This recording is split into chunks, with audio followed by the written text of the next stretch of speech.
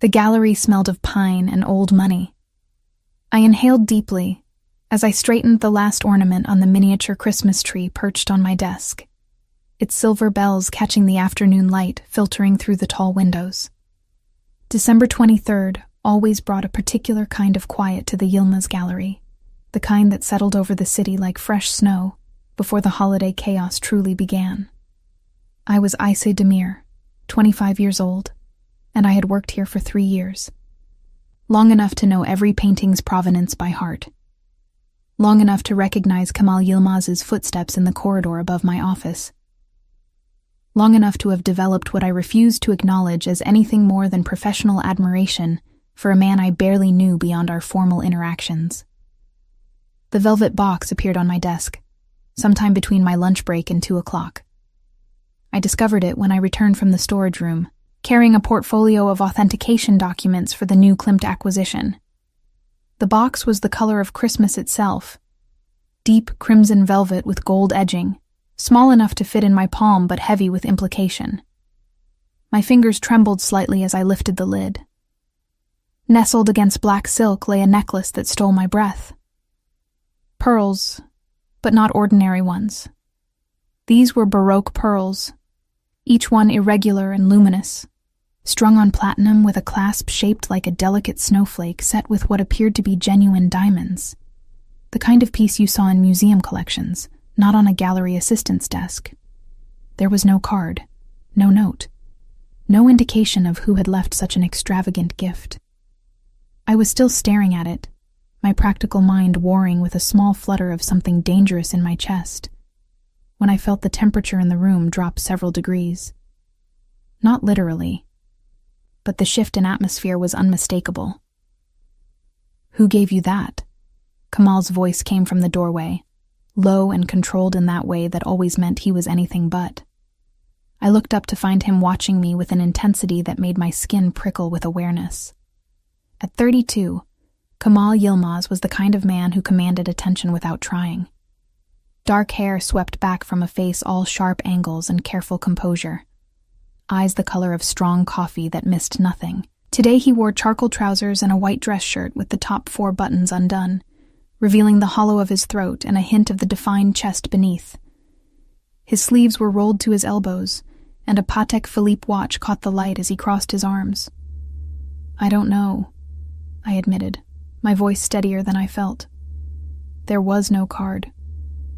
He moved into the room with the fluid grace I'd noticed the first day I interviewed here, when I'd been a nervous recent graduate with a degree in art history and more student debt than prospects. Kamal had looked at my portfolio for exactly 90 seconds before offering me the position. I'd thought it was luck. I'd learned since that Kamal Yilmaz did nothing without calculation. "Let me see it." It wasn't a request.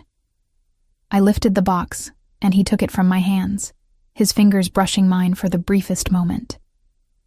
Even that casual contact sent electricity up my arm, a reaction I'd trained myself not to show over 3 years of maintaining professional distance. He examined the necklace with the same focused attention he gave to authenticating a new acquisition. The muscle in his jaw tightened almost imperceptibly. "Baroque pearls," he said quietly. "South Sea, if I'm not mistaken. Natural, not cultured.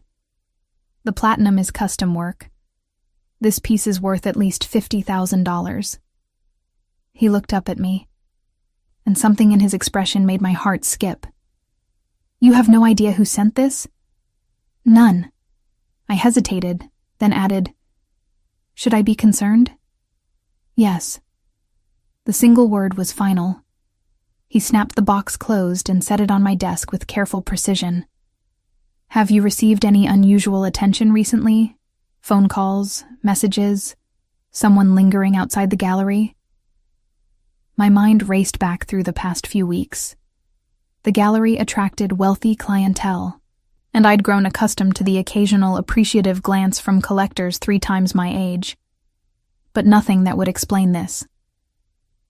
"No," I said. "Nothing like that." Kamal's eyes narrowed slightly. A tell I'd learned meant he was solving a puzzle I couldn't see. "The Christmas gala tomorrow night. You're still planning to attend? I nodded. The annual event was the gallery's biggest night, a showcase for our most prestigious clients, and a networking opportunity I couldn't afford to miss, even though the thought of navigating a room full of the city's elite in a borrowed dress made my stomach tight with anxiety. Good. He straightened, and I caught the scent of his cologne, something expensive with notes of cedar and bergamot. Wear the necklace. I couldn't possibly. It wasn't a suggestion, Ice. My name in his mouth always sounded different. The way he pronounced it with a slight emphasis on the first syllable that marked his Turkish heritage. Whoever sent this will expect to see you wearing it. I want to know who's watching you that closely. The implication settled over me like ice water. Someone had been watching me, closely enough to know my taste, my work schedule, my desk location. Closely enough to leave a gift worth more than I made in a year. You think it's a threat? I asked, hating how small my voice sounded. I think, Kamal said, his gaze holding mine with an intensity that made breathing difficult, that someone is trying to claim what isn't theirs to claim. The possessiveness in his tone shocked me. In 3 years, our relationship had been scrupulously professional. He was my employer, nothing more. I was his employee, valuable for my knowledge and discretion, but ultimately replaceable. Or so I'd believed. I should get back to the Klimt authentication, I said, needing to break the tension crackling between us. Ace. He stopped me with just my name. Be careful, and if anything else unusual happens, anything at all, you come to me directly, understood? Yes, Mr. Yilmaz. Kamal, he corrected, surprising me. After 3 years, I think we can dispense with formality. Before I could respond, his phone buzzed. He glanced at it, and his expression shifted into something harder, colder. I have a meeting. Lock your office when you leave tonight. And Ice? He paused at the door. Don't trust anyone who gives you expensive gifts without signing their name. He left, and I sank into my chair, staring at the crimson velvet box like it might contain a snake rather than pearls. My hands were shaking slightly, adrenaline making my fingers clumsy as I opened the box again and studied the necklace with new eyes. Who would do this? And why? The answer came 2 hours later, delivered by Elif, my best friend, who worked as a curator at the museum across the square. She burst into my office without knocking, her dark eyes bright with gossip. You have to hear what I just learned, she said, then stopped short when she saw the necklace box on my desk. What is that? I was hoping you could tell me.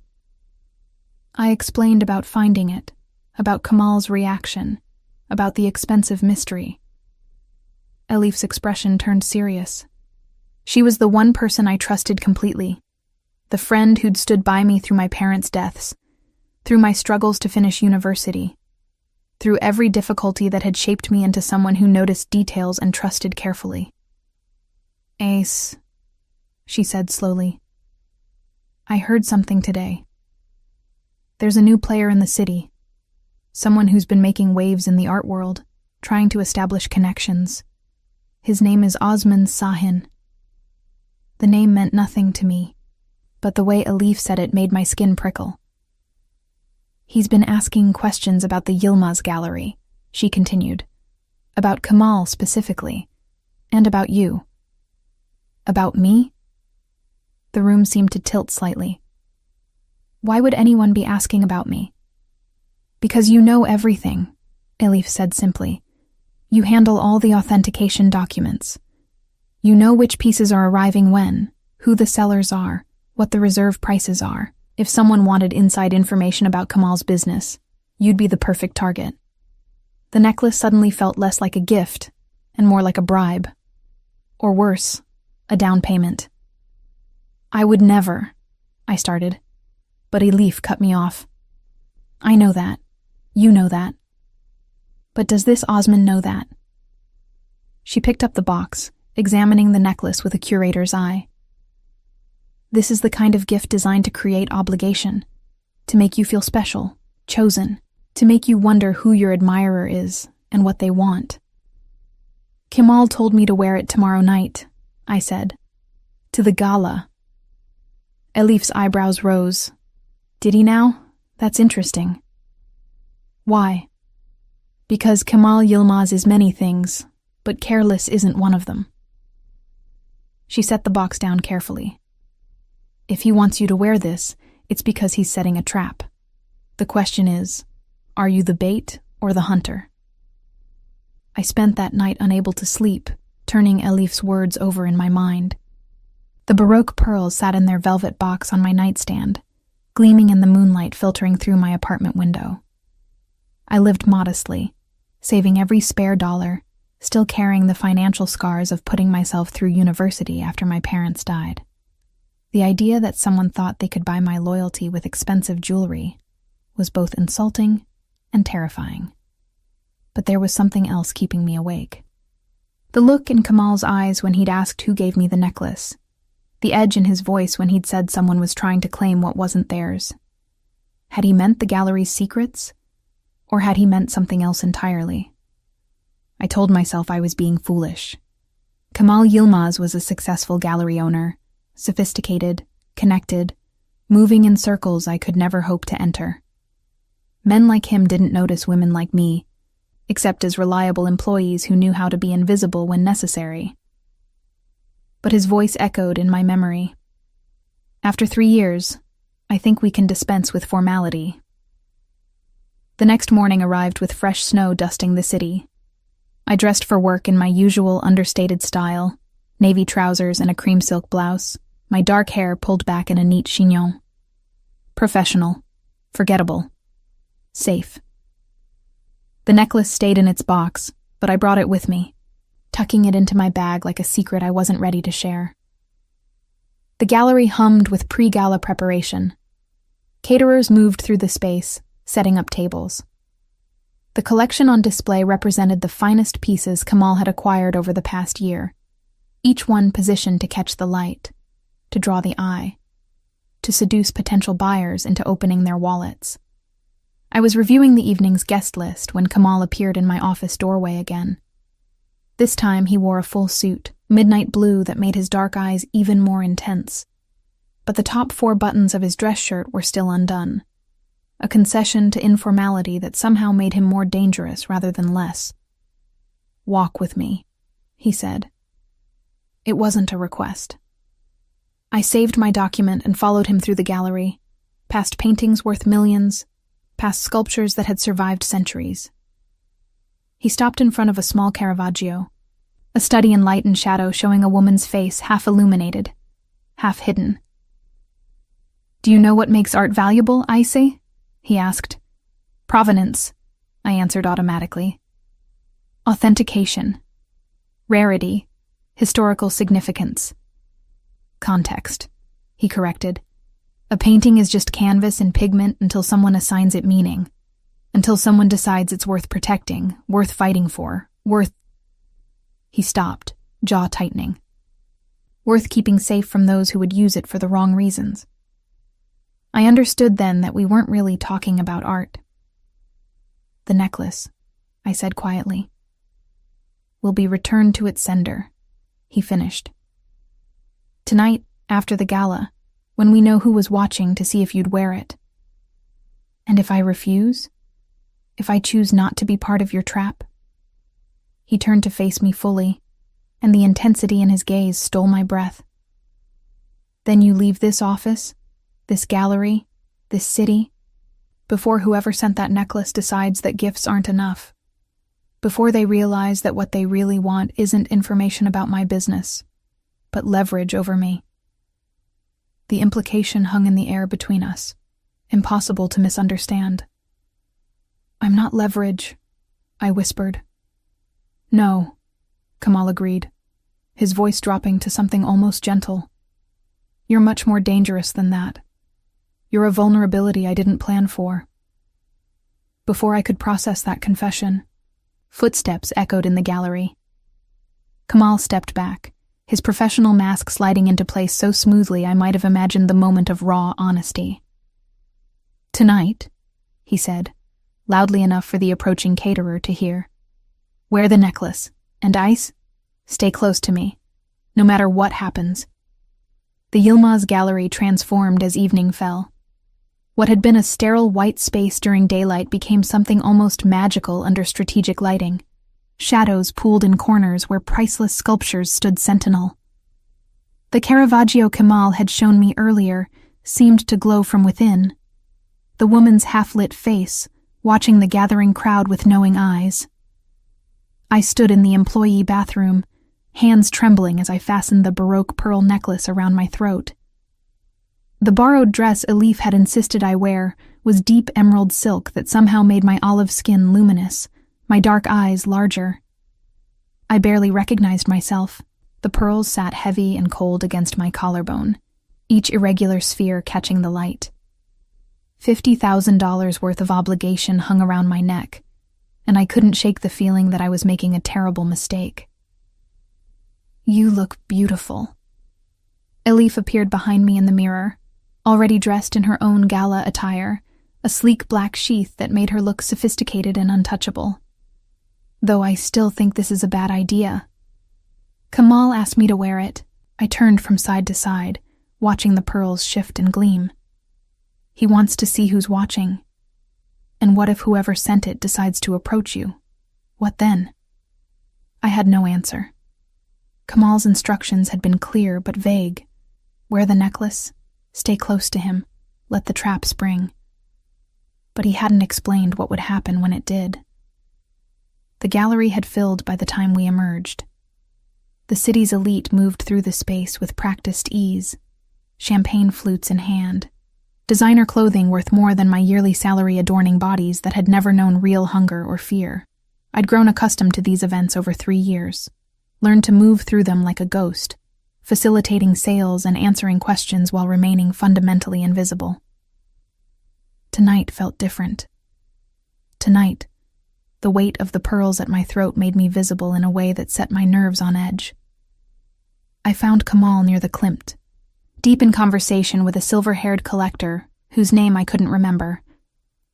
He glanced up as I approached, and something flashed in his dark eyes when he saw the necklace. Not surprise. He'd known I would wear it. But something else. Possession, perhaps. Or approval. "Ah, eyes," he said smoothly, extending a hand toward me. "Come meet Mr. Aldridge. He's interested in the provenance of the Klimt." I moved to his side, launching into the familiar recitation of dates and documentation. Mr. Aldridge listened with half his attention, his eyes repeatedly drawn to the pearls at my throat. I saw the moment recognition flickered across his face, followed by calculation. "Lovely necklace," he commented when I finished. "Family heirloom?" "A gift," I said, keeping my voice neutral. "From someone with excellent taste." His smile didn't reach his eyes. And deep pockets. Kemal's hand settled at the small of my back, a possessive touch that sent electricity up my spine. Indeed. Now, about the Klimt's authentication certificates. He smoothly redirected the conversation, but his hand remained against my back, warm through the thin silk of my dress. A claim. A warning. I wasn't sure which. The evening progressed in a blur of introductions and small talk. I felt eyes on me constantly, drawn to the unusual necklace, to my unfamiliar visibility. Normally, I faded into the background at these events. Tonight, I couldn't escape notice. It was nearly 10 when I saw him. He stood near the entrance, flanked by 2 men in dark suits who had the unmistakable bearing of security or worse. But it was the man in the center who commanded attention. Tall, perhaps 40, with silver threading through dark hair and eyes that swept the gallery with predatory assessment. He wore an expensive suit with the casual confidence of someone accustomed to power, and when his gaze landed on me, I felt it like a physical touch. "That's him," Elif whispered at my elbow, appearing from the crowd. "That's Osman Sahin."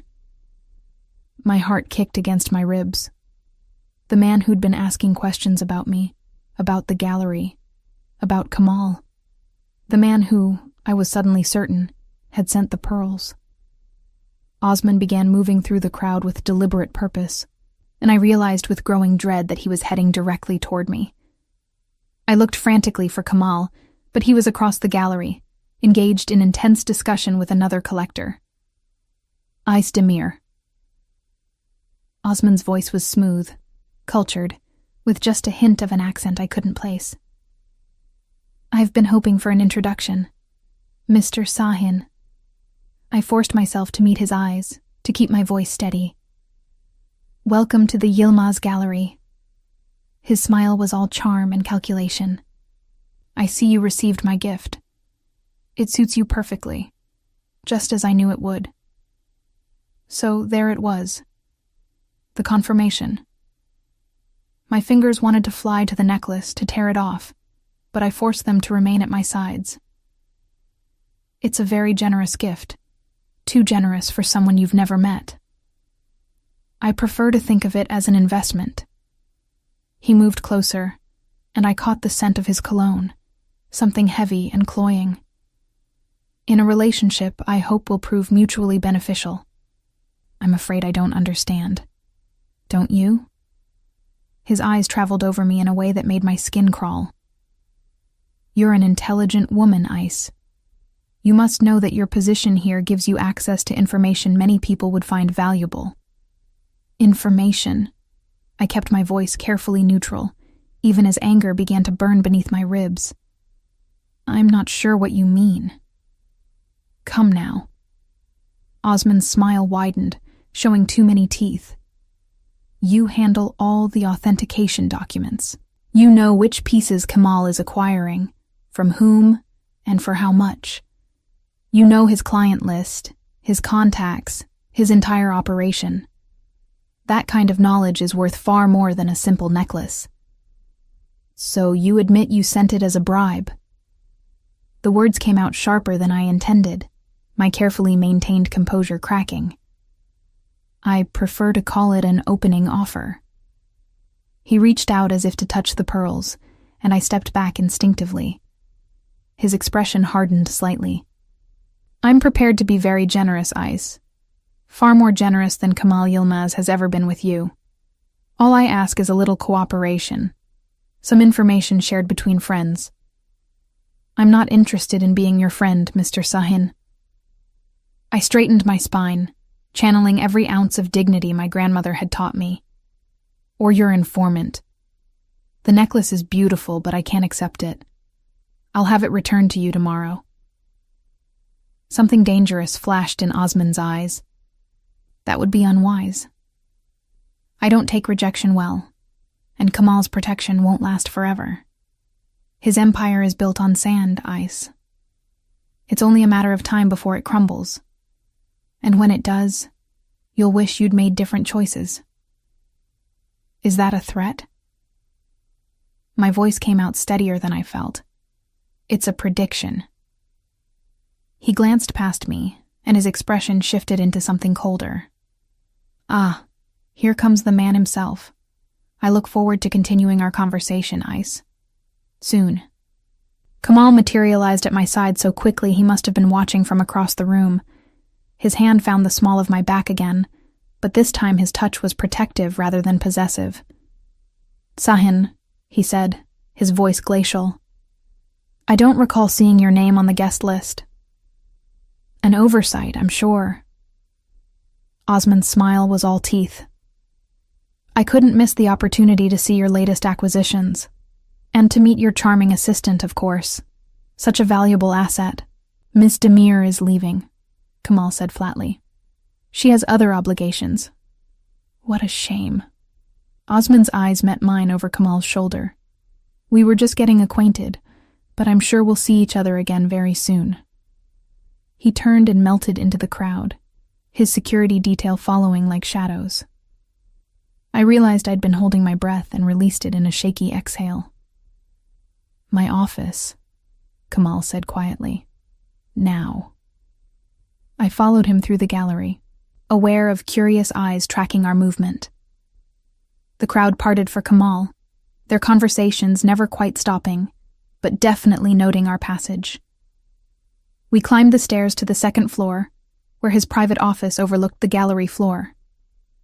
The moment the door closed behind us, Kamal rounded on me. "What did he say to you?" He admitted sending the necklace.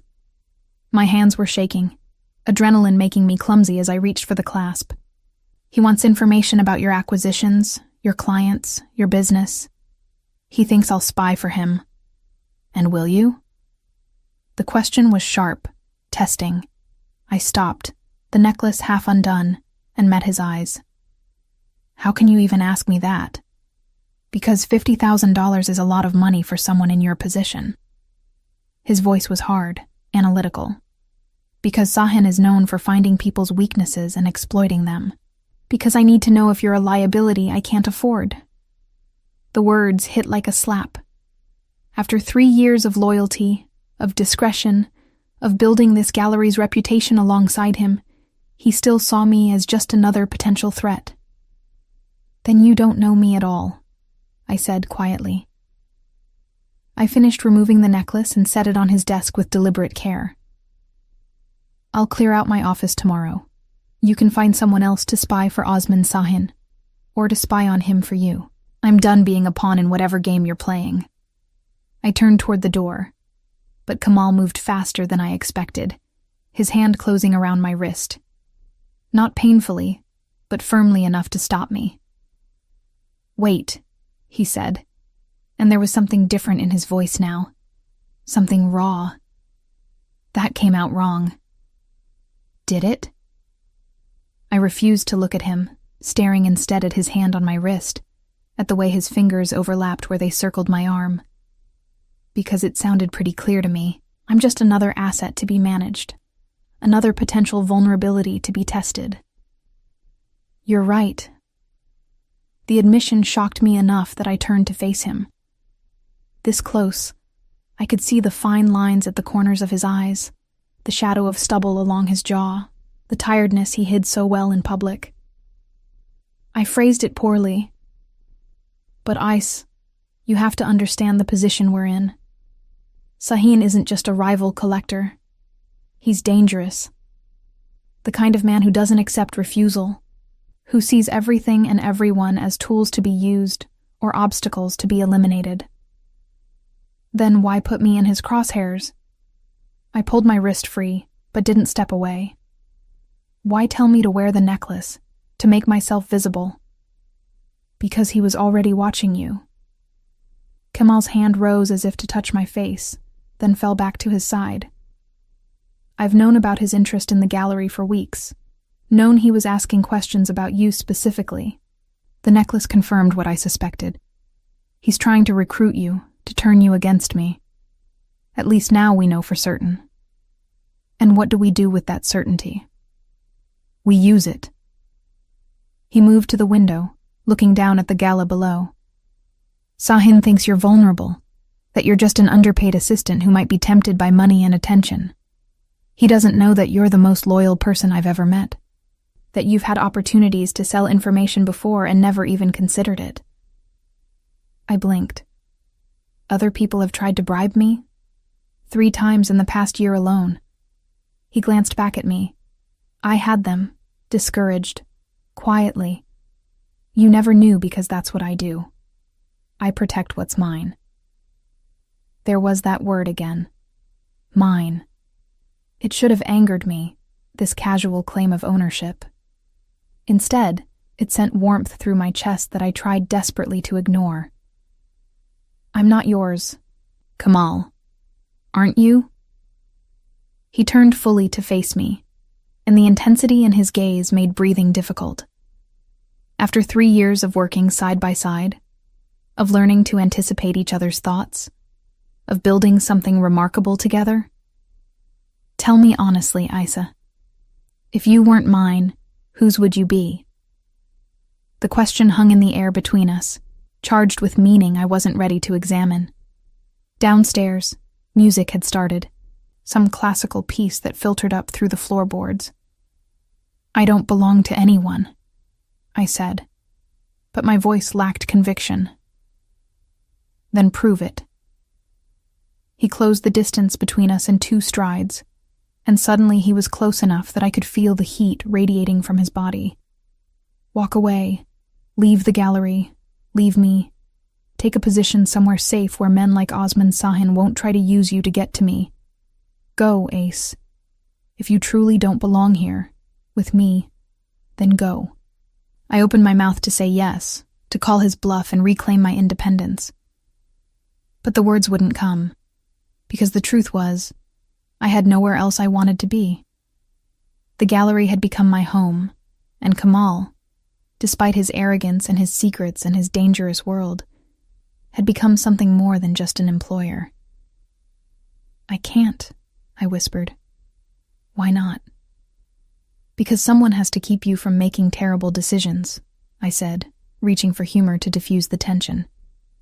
Like telling your assistant she's a liability after she just spent an evening being interrogated by your enemies. His mouth curved into something that wasn't quite a smile. Fair point. Consider it retracted. You're not a liability, Ace. You're the only person in this building I trust completely. Then trust me with the truth. I met his eyes steadily. What exactly is Osman Sahin after? Because this isn't just about acquiring artwork or stealing clients. There's something bigger happening here. Kamal was silent for a long moment, calculation visible in the set of his jaw. Finally, he moved to his desk and unlocked a drawer, withdrawing a folder I'd never seen before. There's an auction next month, he said.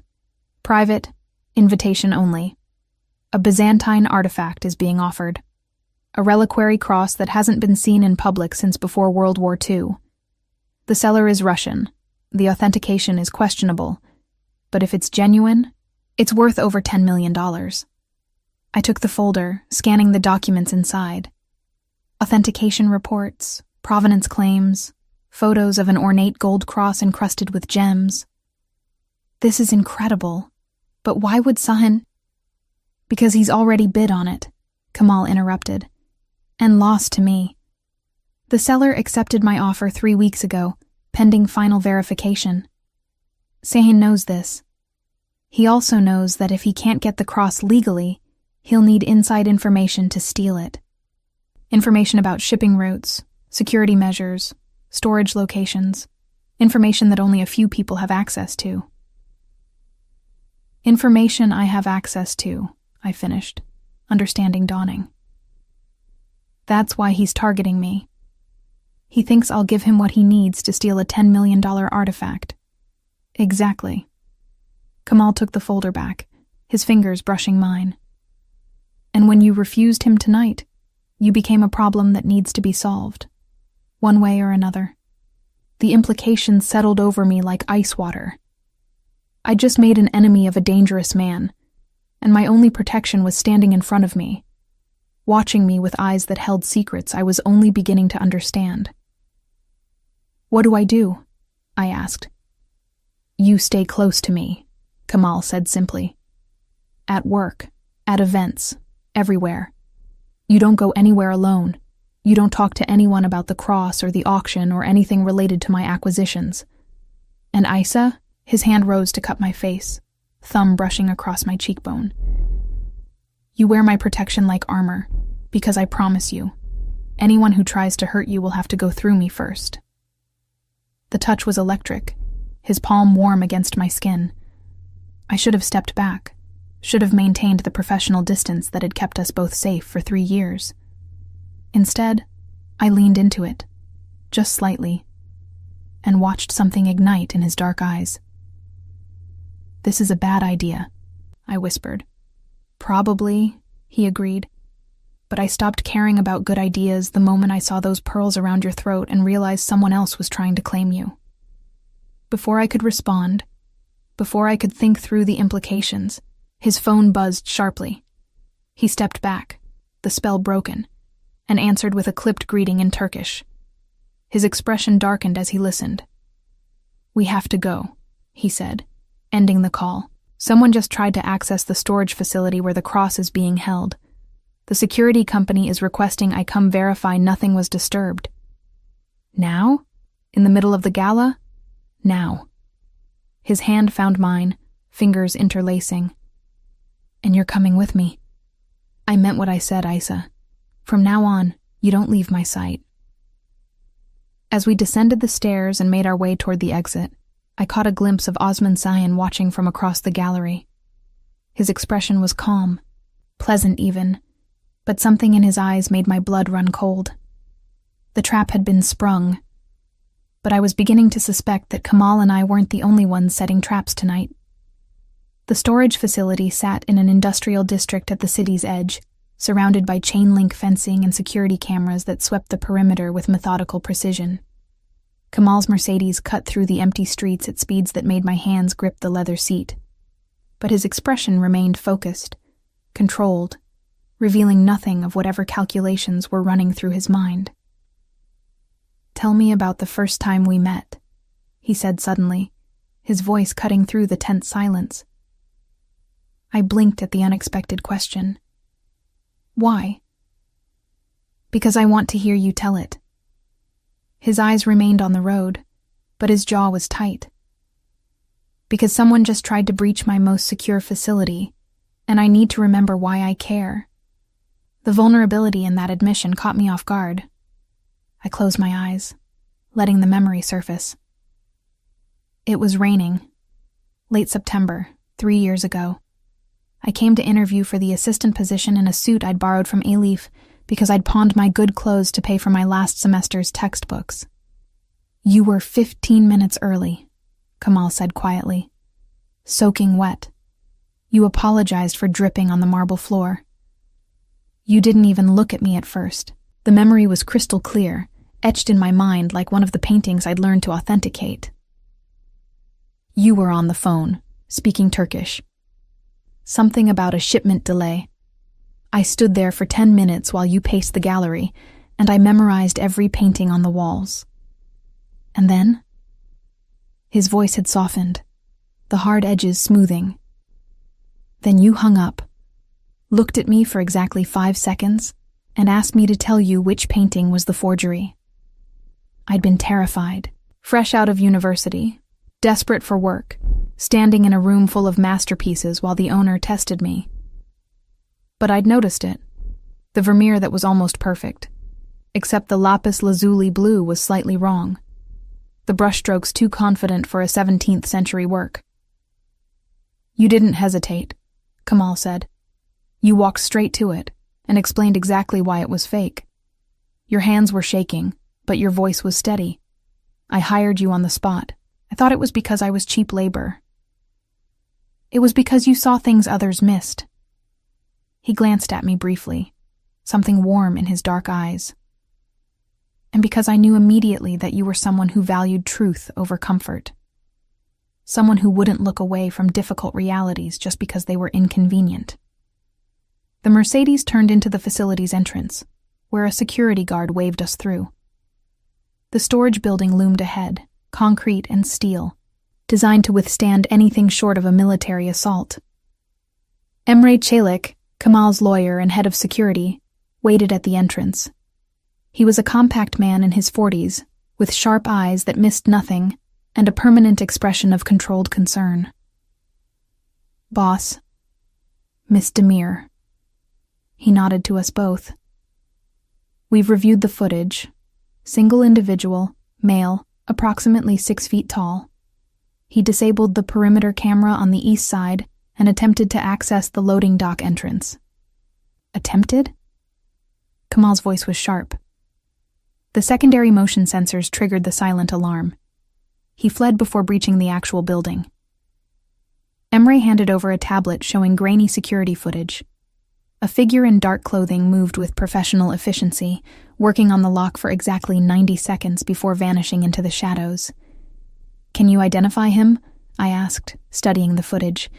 His face was obscured, but his build and movement patterns matched 3 different individuals in Osman Sahin's known network. Emre's expression was grim. "This wasn't random, boss. This was reconnaissance." Kamal's jaw tightened almost imperceptibly. "The cross? untouched, still in secure storage, all seals intact. Emre gestured toward the building. But if they're willing to make a move this bold, they'll try again, and next time they'll be better prepared. We entered the facility, moving through layers of security that would have impressed a bank vault designer. Retinal scanners, key code panels, biometric locks. Each barrier required both Kamal's and Emre's authorization to bypass. The precautions that had once seemed excessive now felt barely adequate. The cross sat in a climate-controlled vault on the third sublevel, nestled in protective foam inside a titanium case. Kamal unlocked it with steady hands, and I held my breath as the lid opened. Byzantine gold gleamed in the LED lighting, worked into intricate patterns that had survived a millennium. Gems that might have been held by emperors caught the light, throwing rainbow refractions across the vault's white walls. It was breathtaking, the kind of artifact that belonged in museums, protected by nations, studied by scholars, and someone wanted to steal it. "Tell me honestly," I said, studying the cross. "Is the authentication solid? Because if this is fake, if someone's running a It's genuine." Kamal's voice held absolute certainty. "I've had 3 independent experts verify it. Carbon dating, metallurgical analysis, gemological surveys. This cross was created in Constantinople between 950 and 980 CE. It's real, Isa, which makes it worth killing for." The casual mention of murder sent ice through my veins. "You think Sahin would—" "I think Sahin would do whatever necessary to acquire this piece, including eliminating anyone who stands in his way." He closed the case with deliberate care. "Which is why you're not going back to your apartment tonight, or any night until this is resolved." I stared at him. "You can't be serious." "I have a property in the city. Secure, private, with full-time security. You'll stay there until the auction is complete and the cross is safely delivered to its new owner." He met my eyes, and his expression was implacable. "This isn't a request. You can't just relocate me like I'm another artifact to be stored safely away. Watch me." Kamal turned to Emre. "Have someone collect Miss Demir's essential items from her apartment. Use discretion. I don't want Sahin's people knowing she's moved." "Wait." I caught Kamal's arm, forcing him to face me. "I appreciate the concern, but I'm not some helpless damsel who needs to be locked in a tower. I can take care of myself." "Can you?" His gaze was hard now, the warmth from earlier conversation completely gone. "Can you take care of yourself against professional criminals who've spent weeks planning this operation? Against men who won't hesitate to use violence if bribery doesn't work? Tell me, Ice, what exactly is your plan for dealing with Osman Sahin if he decides to escalate from offering gifts to making threats?" I wanted to argue, to insist on my independence, but the truth was, I had no plan. No defense against the kind of danger Kamal was describing. I'd been naive to think refusing the necklace would be enough, that simply saying no would make me safe. "How long?" I asked quietly. 3 weeks, until the auction concludes and the cross changes hands." He softened slightly, his hand coming to rest on my shoulder. "I know it's not ideal, but I can't protect you if I don't know where you are. And I need to protect you, Ace. Not just because you're valuable to the gallery, but because—" He stopped, jaw tightening as if biting back words he wasn't ready to say. "Because?" I prompted, my heart suddenly racing. His eyes met mine, and for a moment I saw past the careful control to something raw and unguarded beneath. "Because losing you would destroy me in ways that losing a $10 million artifact never could." The confession hung in the air between us, impossible to take back or ignore. Emre had diplomatically moved to the far side of the vault, pretending intense interest in a security panel. "Kamal," I whispered, not sure what I wanted to say, knowing only that something fundamental had shifted between us. "Don't." He stepped back, the walls going up again. Don't analyze it or question it or try to make sense of it. Just accept that you matter to me and let me keep you safe. Can you do that?" I nodded, not trusting my voice. "Good." He turned to Emre. "Triple the security rotation. I want eyes on this facility 24/7. And get surveillance on Sahin's known properties. If he's planning another move, I want advance warning." We left the facility as dawn was breaking, the sky turning the color of pearls, the same color as the necklace still sitting on Kamal's desk, a reminder of how this had all started, with a gift and a question and a spark of jealousy that had revealed feelings we'd both been hiding. The property Kamal had mentioned turned out to be a penthouse in the most exclusive building in the city's financial district. We arrived as early morning traffic was just beginning to fill the streets, and Kamal used a private elevator that required both a key card and biometric scan to access. The doors opened directly into a space that took my breath away. Floor-to-ceiling windows overlooked the city, now gilded in sunrise. The interior was all clean lines and subtle luxury, art carefully chosen for impact rather than ostentation. I recognized a Rothko on one wall, a small Giacometti sculpture on a pedestal near the windows. "Guest room is through there." Kamal indicated a hallway. "Everything you need should be in the closet. Clothes, toiletries. I had my assistant stock it last night." "You planned this before the break-in," I observed. "I planned for contingencies. There's a difference." He moved to the kitchen, a gleaming expanse of marble and stainless steel, and started making coffee with practiced efficiency. "Make yourself comfortable.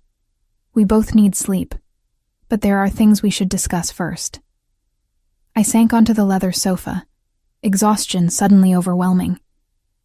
It had been less than 24 hours since I'd found the velvet box on my desk, but it felt like a lifetime. Everything I'd thought I understood about my position at the gallery, about my relationship with Kamal, had been turned upside down. "Here." He handed me a cup of coffee, prepared exactly the way I liked it, black with 1 sugar. The fact that he knew this detail after 3 years of working together shouldn't have made my chest tight, but it did. "Thank you." He settled into the armchair across from me, and for a moment we just sat in silence, drinking coffee as the city woke up below us. It felt strangely domestic, intimate in a way that had nothing to do with the physical space and everything to do with the shared exhaustion, the shared danger, the shared truth we were both still processing.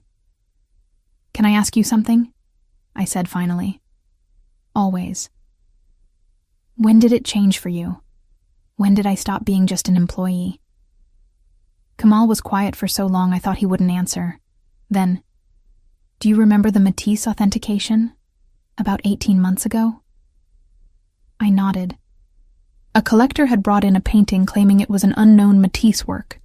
The provenance was sketchy, but the piece was beautiful, and the collector was offering it at below market value. Too good to be true. "You spent 3 days researching it," Kamal continued. "Barely slept. I came in one night around 2 a.m. and found you in the conservation room, comparing brushstroke patterns with a magnifying glass and reference books spread across every surface." I remember. I'd been so focused I hadn't even heard him enter. "You asked if I'd found anything. And you looked up at me with paint analysis charts in your hands and told me it was definitely a forgery. That the paint chemistry was wrong for the period, that Matisse never used that particular shade of cerulean, that the canvas weave was from the wrong decade. You could barely keep your eyes open, but you were so excited about catching the deception." His voice softened. "That's when I knew. That's when I realized you weren't just good at your job. You were passionate about truth, about protecting art from those who would corrupt it. And I wanted to be the kind of man worthy of that passion." My throat tightened with emotion. "Kamal, I don't expect you to feel the same way," he interrupted. "I know the power dynamic makes this complicated. I'm your employer. I control your livelihood and nothing about the situation is fair to you. But I need you to know that whatever happens with Sion, with the cross, with any of this, your position at the gallery is secure. Your safety is my priority, even if you want nothing to do with me personally. I set down my coffee cup with shaking hands. 3 years of professional distance, of careful boundaries, of telling myself that what I felt was just admiration for a talented mentor. All of it crumbling under the weight of his confession and my own long-suppressed truth. And if I do? I asked quietly. Want something to do with you personally? His eyes darkened. Then we have a conversation about what that means. About whether you can separate genuine feeling from gratitude or fear or the adrenaline of danger. About whether I can trust that you're choosing this freely, not because you feel obligated or trapped. I'm not trapped. Aren't you? He gestured at the penthouse around us. You're in my home, under my protection, dependent on me for safety. How can I know that any choice you make right now is truly free? It was a fair question, an ethical one, the kind of careful boundary setting that showed exactly why I'd trusted him for 3 years. But it also frustrated me. This careful nobility when what I wanted was for him to cross the space between us and kiss me, until I forgot about Byzantine crosses and dangerous rivals, and all the very good reasons we should maintain our distance. You're overthinking this, I said. One of us has to. But there was heat in his gaze that contradicted his careful words. My phone buzzed, shattering the moment. I glanced at it and felt my blood run cold. Unknown number, but the message was clear enough. Beautiful morning, isn't it? Enjoy the sunrise while you can. Some views don't last. Kamal was beside me in an instant, reading the message over my shoulder. His expression went dangerously still. He knows you're here, I whispered. Or he's guessing. Testing to see if you'll respond, if you'll reveal your location. Kamal took the phone from my hands. Don't engage. Don't respond. Let him wonder. But the message had done its work. The brief illusion of safety shattered, replaced by the cold reality that Osman San was still out there, still watching, still determined to use me to get what he wanted. The sunrise had turned the sky the color of blood, and despite the luxury surrounding us, despite Kamal's promises of protection, I couldn't shake the feeling that we were both running out of time. The penthouse became my world for the next week. Kamal had arranged everything with the same meticulous attention to detail he brought to gallery acquisitions.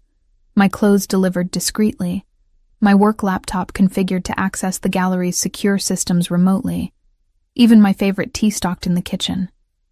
He thought of everything except how to navigate the increasingly complicated situation we found ourselves in.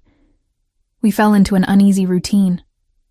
Mornings, we worked side by side at the dining table, the city sprawling below us through floor-to-ceiling windows. Kamal handled client calls and acquisition negotiations, while I managed authentication documents and exhibition planning. Professionally, we functioned as smoothly as ever.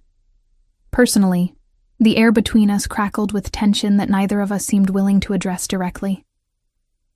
Emre visited daily with security updates.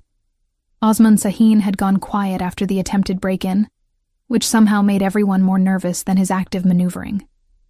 Kamal had people watching Sahin's properties, but the man was clever, his movements unpredictable. He's planning something, Emre said on the 5th evening, spreading surveillance photos across Kamal's desk. He's been meeting with people we can't identify. Cash transactions, encrypted communications. Whatever his next move is, it's going to be significant.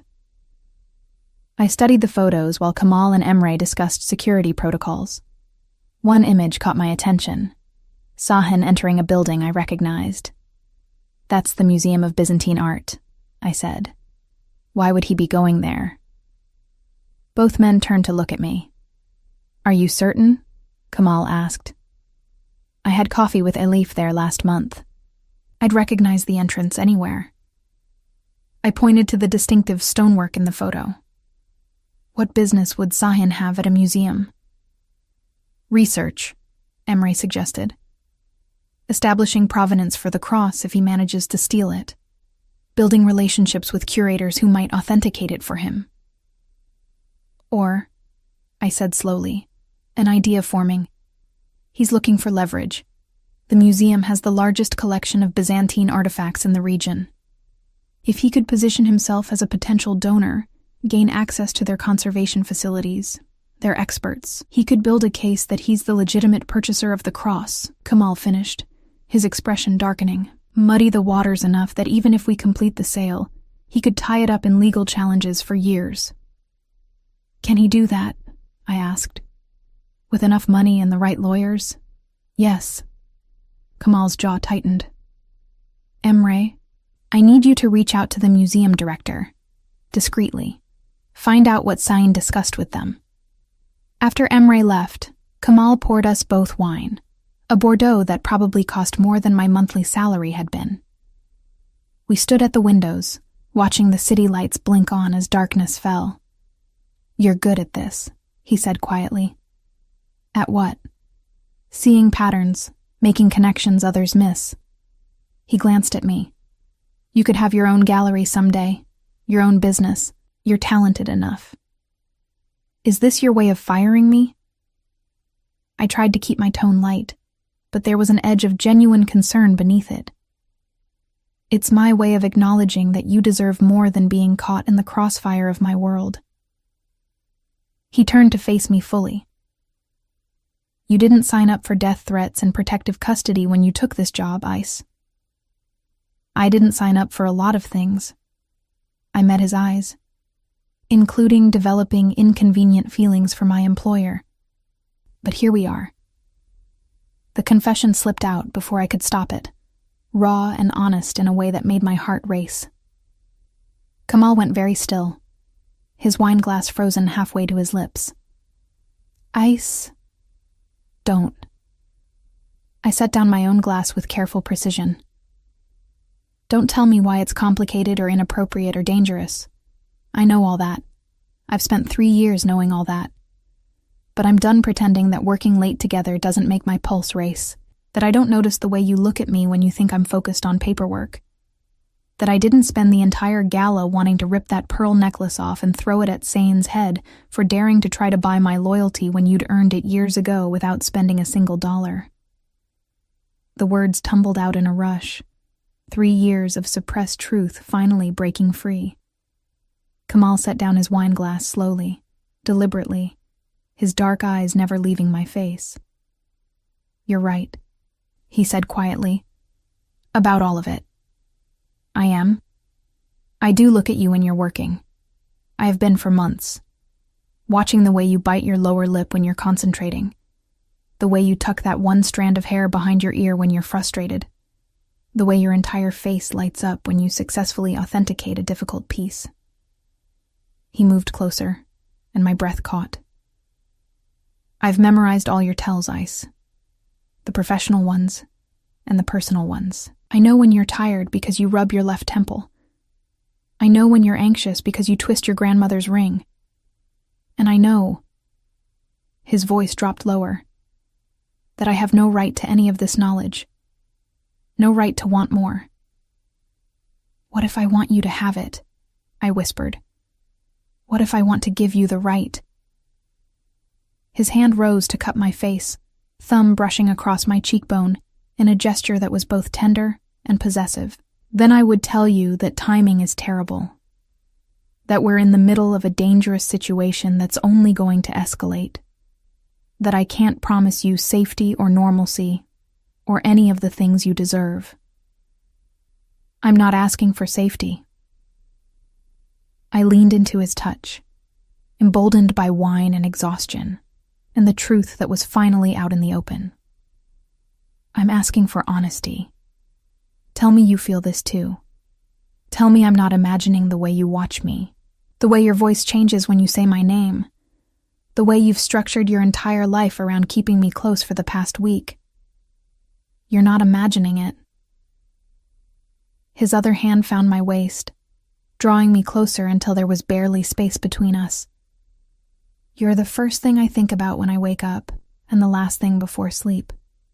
You've been under my skin for longer than I want to admit, and having you here, in my space, has been both the sweetest torture and the most natural thing in the world. Then why? I started to ask, but he silenced me with a gentle finger against my lips. Because once we cross this line, there's no going back. Once I kiss you, Ice, I won't be able to maintain professional distance. I won't be able to pretend you're just an employee, just a colleague. You'll be mine in every way that matters, and I'm a possessive man. I don't share. I don't let go. I need you to understand what you're asking for. The raw honesty in his words should have frightened me. The intensity, the claim of ownership, the promise of possessiveness. But instead, warmth flooded through me, settling somewhere deep in my chest. I understand, I said softly, and I'm asking anyway. For a moment, he just looked at me, as if memorizing this instant before everything changed. Then he lowered his head and kissed me with a hunger that stole my breath and made my knees weak. It wasn't gentle. It was 3 years of suppressed desire finally unleashed, desperate and consuming. His hands tangled in my hair, tilting my head back to deepen the kiss, and I responded with equal fervor, my fingers clutching at his shoulders, as if he were the only solid thing in a world that had turned liquid and uncertain. When we finally broke apart, both breathing hard, Kamal rested his forehead against mine. "No going back," he murmured. "No going back," I agreed. He kissed me again, slower this time, savoring rather than devouring. Then he took my hand and led me to the bedroom, and the rest of the world, Osman Sahin, the Byzantine cross, danger and complications, faded away until there was only us, and the truth we'd finally stopped denying. Later, tangled in sheets that smelled of cedar and bergamot, I traced patterns on Kamal's chest and tried to process the seismic shift in our relationship. "What happens now?" I asked. "Now?" He captured my wandering hand, pressing a kiss to my palm. "Now we deal with the reality that I've just crossed every professional boundary in existence with an employee who's under my protection during a crisis situation. My ethics are questionable at best." "I'm not just an employee anymore," I pointed out. "No." His arm tightened around me. "You're much more dangerous than that. You're the woman who could destroy me with a word, who knows all my secrets, who's seen behind every carefully constructed wall. You're my vulnerability, Asa, and that terrifies me." I propped myself up on one elbow to look at him properly. "I'm not going to destroy you." "Aren't you?" His smile was wry. "You already have. The moment you walked into my gallery 3 years ago with borrowed clothes and determination in your eyes, you started dismantling everything I thought I knew about keeping people at a distance. And now," he tucked a strand of hair behind my ear, "now I'm so far gone that I'd burn down my entire empire before I'd let Sahin touch you." The fierce protectiveness in his voice sent shivers down my spine. "That's a little dramatic." "Is it?" His expression turned serious. "The auction is in 2 weeks. Once the cross changes hands and is safely delivered, Sahin will have no reason to target you. But until then, he's going to escalate. And knowing that you're mine now, that crossing you means crossing me directly, might be the only thing that keeps you safe. So, we're using this," I gestured between us, "as protection. We're acknowledging what's been true for months and letting that truth work in our favor." He pulled me back down against his chest. "I won't apologize for using every weapon in my arsenal to keep you safe, including the fact that harming my partner would bring consequences Sahin can't afford." Partner. The word settled over me like a warm blanket. More intimate than lover, more permanent than girlfriend. It implied equality, collaboration, a future extending beyond this crisis. I like that. I murmured against his skin. Being your partner. Good. I could hear the smile in his voice. Because you're stuck with me now. I warned you. I don't let go. My phone buzzed on the nightstand, shattering the peaceful moment. Kamal reached for it before I could, his expression darkening as he read the screen. What is it? Elif. He handed me the phone. She's been trying to reach you. Says it's urgent. I called her back immediately, Kamal's arm still wrapped around my waist, anchoring me. Elif answered on the first ring. Finally. I've been calling for an hour. Her voice was tight with stress. Ice. Something happened at the museum. Someone broke into the Byzantine collection last night. My blood ran cold. What was taken? Nothing, as far as we can tell. But they accessed our conservation lab and authentication records, specifically records related to Byzantine reliquaries and cross designs from the 10th century. She paused. Eyes, whoever broke in knew exactly what they were looking for. This wasn't random. I met Kamal's eyes, seeing my own realization reflected there. Sahin, I whispered. He's building a case, Kamal said grimly. Gathering evidence to support his claim if he manages to steal the cross. Museum records would give him provenance documentation, authentication comparisons, everything he'd need to argue he's the legitimate owner. There's more, Elif continued. The director received an anonymous donation offer this morning.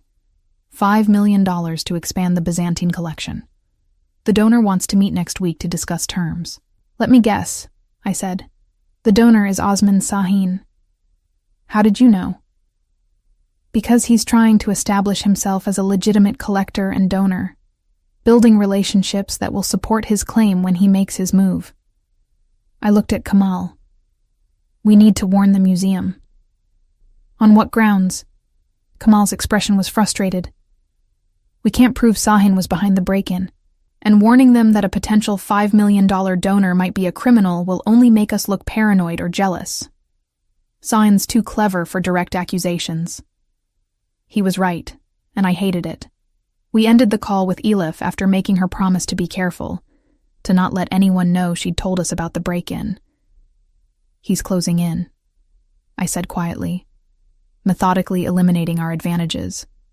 Then we need to change the playing field. Kamal rose from the bed with fluid grace, already shifting back into strategist mode. The auction is in 12 days. If we can move up the exchange, complete the sale early, we eliminate Sahin's window of opportunity. Can you do that? I can try. He pulled on clothes with efficient movements. But it means exposing the cross to risk sooner, moving it to a neutral location for authentication and transfer. We'd be vulnerable. We're already vulnerable, I pointed out. He turned to look at me, and something in his expression made my breath catch. Not we, Ice. You. Every move Sahin makes is designed to threaten you, to pressure me through you. If I accelerate the timeline, if I force his hand, he might escalate from threats to action. Then we deal with it together. I rose as well, pulling on the silk robe draped across a nearby chair. You said I'm your partner now. That means facing the risks together.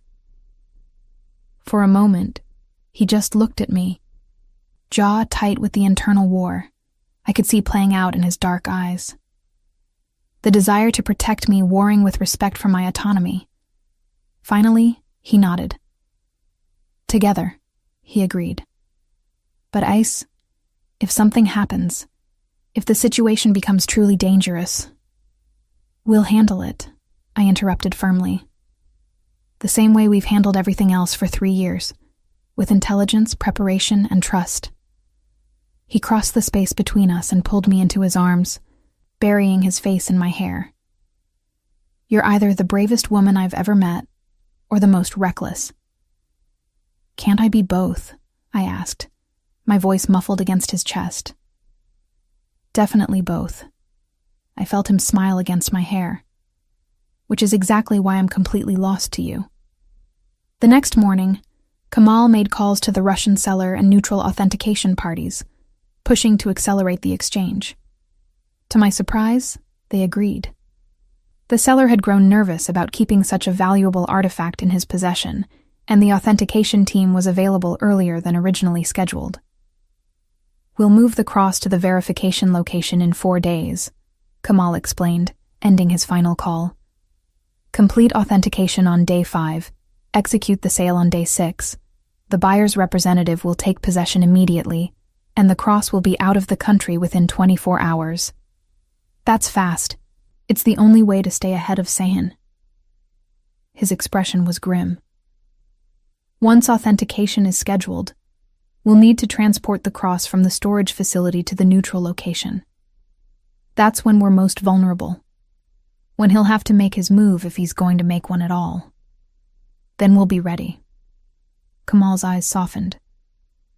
"I love your confidence. But Ice, you need to understand what being ready might mean. Sahin has resources, connections, people willing to do violent things for money. If he tries to intercept the transport, then we'll have security. You'll have Emre and his team. We'll have planned for every contingency." I moved to stand in front of him, taking his hands in mine.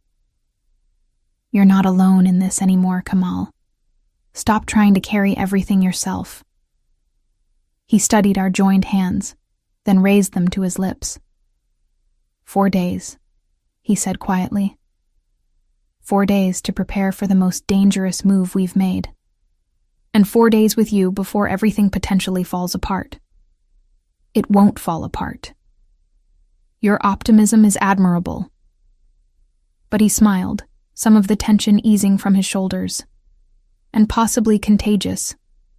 Against all logic, I'm starting to believe we might actually pull this off."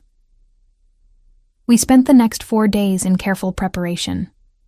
Emre mapped out 3 different transport routes, arranged for decoy vehicles, coordinated with private security firms. Kamal confirmed and reconfirmed authentication protocols, ensured payment mechanisms were in place, verified the buyer's representative would be ready to take possession immediately. And in the evenings, when the planning was done and the city lights sparkled below us, Kamal and I existed in a bubble of stolen normalcy. We cooked dinner together. Or rather, I watched him cook with the skill of someone who'd learned from his Turkish grandmother. We talked about everything and nothing. Art and music and books, our childhoods, our dreams for the future. "When this is over," Kamal said on the 3rd night, his arms around me as we watched the city from the windows, "I want to take you somewhere. Away from galleries and auctions and dangerous rivals, somewhere we can just be." "Where?" I asked, leaning back against his chest. "Cappadocia, maybe, the fairy chimneys and hot air balloons at sunrise, or the Turkish coast, crystal water and ancient ruins, places that remind me why I fell in love with art and history in the first place." He pressed a kiss to my temple. "Places where I can fall in love with you all over again without distraction." "You're already in love with me?" The question came out soft, vulnerable. "Impossibly, irrevocably in love with you," he confirmed. "Have been for longer than I knew. You terrify me, Izzy Demir. You've made me feel things I thought I'd successfully locked away. You've made me hope for things I'd convinced myself weren't possible." I turned in his arms to face him. "Like what?" "Like partnership. Like building something that lasts beyond the next acquisition or sale. Like maybe there's more to life than work and art and maintaining careful distance from everyone." His hand came up to cup my face. "Like maybe I deserve to be happy, and maybe you're the one who can show me how." I kissed him then, pouring 3 years of suppressed emotion into it. When we finally broke apart, his eyes were darker, heated. 4 days, he murmured against my lips. "And then we change everything." But neither of us knew just how prophetic those words would be. Transport day arrived with fresh snow dusting the city, turning everything momentarily pristine. I stood at the penthouse windows, watching the world wake up below. my hands wrapped around a cup of Turkish coffee Kamal had made. He moved through the space with focused energy, dressed in black tactical clothing that made him look dangerous and unfamiliar. "The team is in position," Emre reported, studying multiple tablet screens showing security camera feeds. "Routes A, B, and C all have spotters. Decoy vehicles deployed. Medical response on standby. We're as ready as we can be." "And Sahin?" Kamal asked. "No movement from his known properties. But boss..." Emre's expression was troubled. "That might mean he's already positioned his people. If he knows today is transport day, he's had time to set up." "How would he know?" I asked. Both men looked at me with varying degrees of concern. "Because information leaks," Kamal said quietly. "No matter how careful we are, people talk. Money changes hands. And Sahin is very good at finding the right pressure points." "You think someone in your organization told him?" "I think it's a possibility we have to consider." He moved to the windows beside me, his hand finding the small of my back. "Which is why you're staying here. The security in this building is..." "I'm going with you." I set down my coffee and turned to face him fully. "We discussed this." "No, we didn't discuss it. I told you that you'd be safest here, and you nodded." I nodded to acknowledge that I'd heard you, not that I agreed. I met his eyes steadily.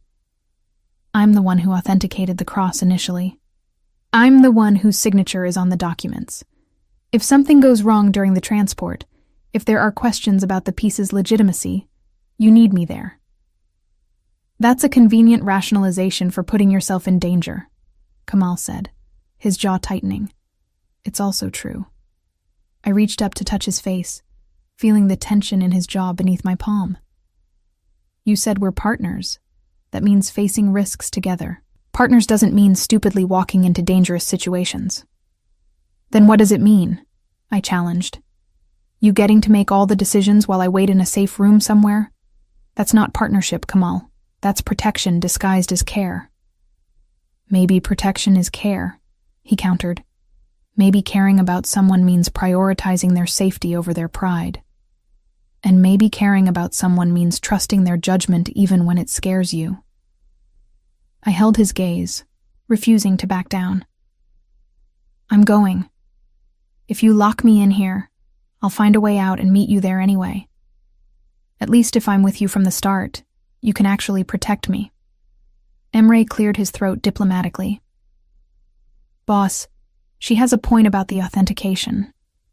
If there are any questions during the exchange, having her present eliminates delays." Kamal's expression made it clear what he thought about Emre taking my side.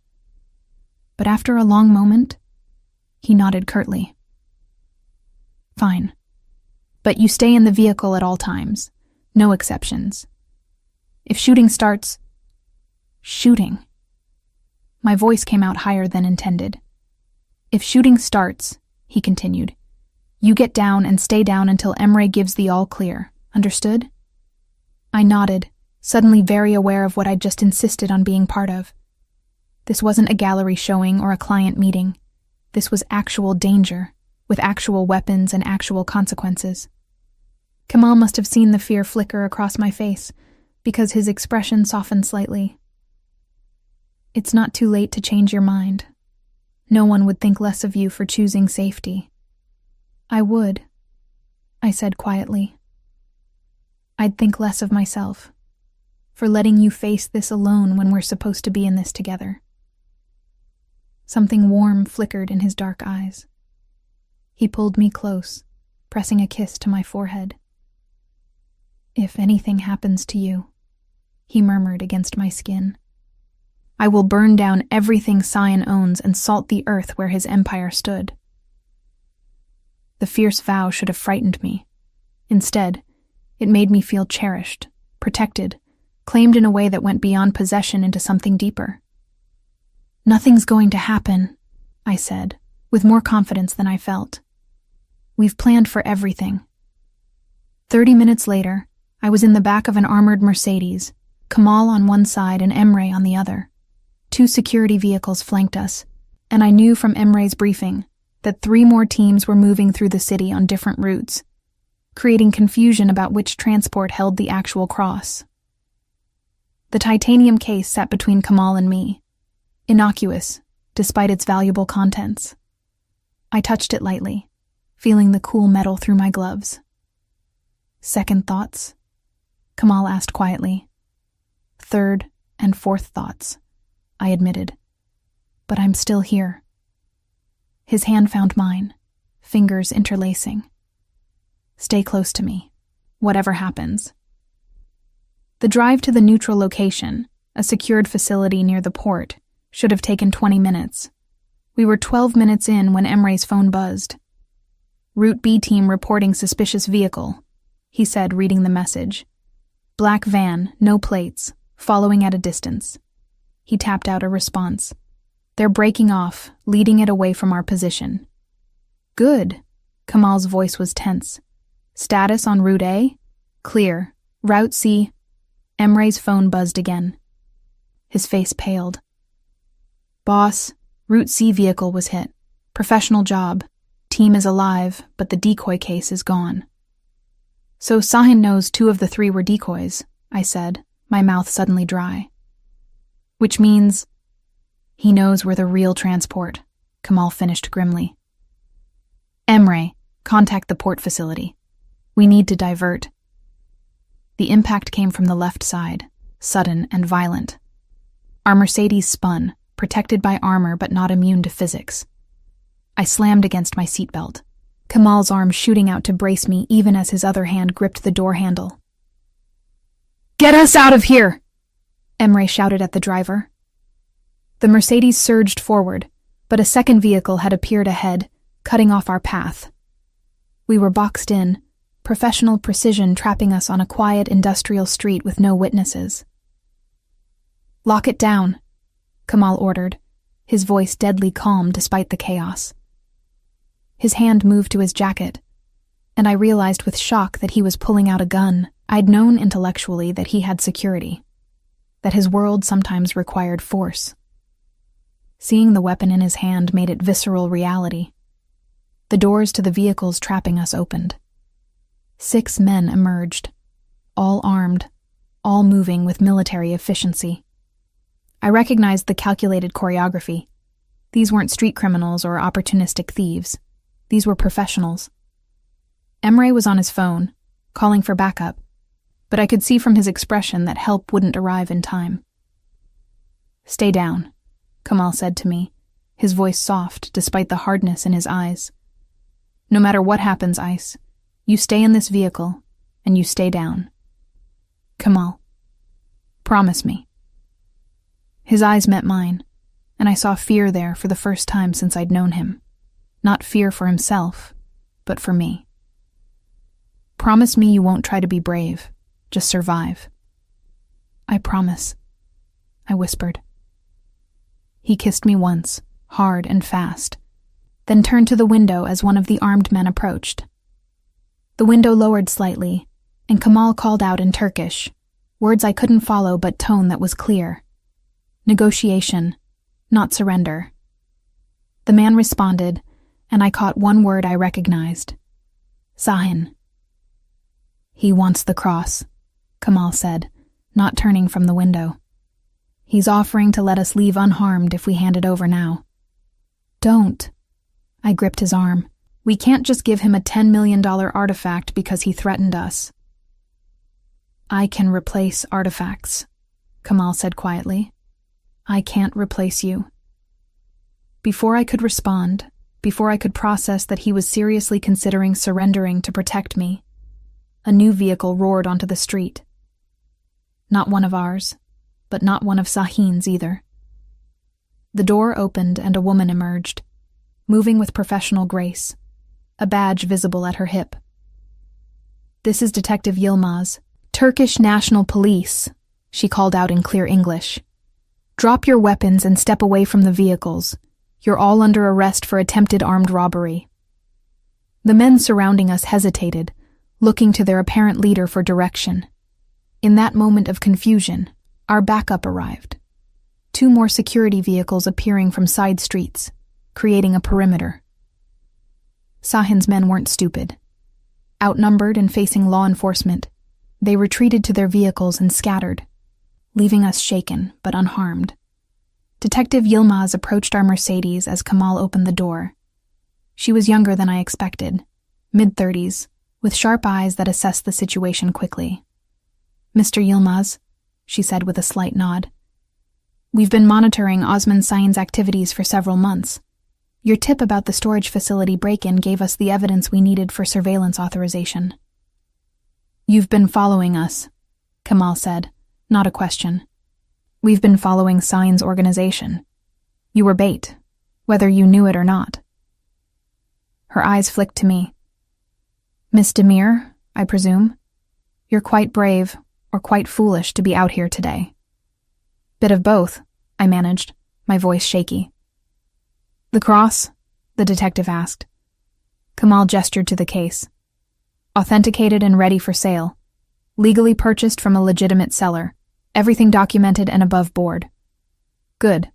Then you won't mind if I escort you to the verification facility personally. Make sure you arrive without further incident." It wasn't really a question. With the police escort and our own security, the rest of the journey passed without incident. The neutral location was a fortress, concrete and steel designed specifically for high-value art transfers. The authentication team was already there, professionals I'd worked with before who greeted me with respectful nods. The verification process took 3 hours. Every aspect of the cross examined, every previous authentication reviewed, new tests run to confirm what we already knew. It was genuine, spectacular, worth every penny of the 10 million Kamal had committed. The buyer's representative, a severe German woman named Kraus, inspected the cross with the same intensity I'd brought to my own authentication months before. Finally, she nodded. "It is as represented. The funds will transfer immediately." Kamal's phone pinged with the confirmation. $10 million deposited into his business account. The cross was packed with meticulous care into a specialized transport case, and Kraus's own security team took possession. Just like that, it was over. We drove back to the penthouse in silence, Emre making calls to coordinate cleanup and security reviews. Detective Yilmaz had promised to keep us updated on Sahin's arrest, though she'd warned that a man with his resources and connections might not stay detained long. "We'll keep the case open," she'd said. "His attempt to intercept the transport gives us leverage, but he'll make bail, and then—" She'd shrugged, the implication clear. "And then we'd be back to watching our backs." Inside the penthouse, safe behind multiple layers of security, I finally allowed myself to shake. The adrenaline that had kept me focused during the attack drained away, leaving me hollow and trembling.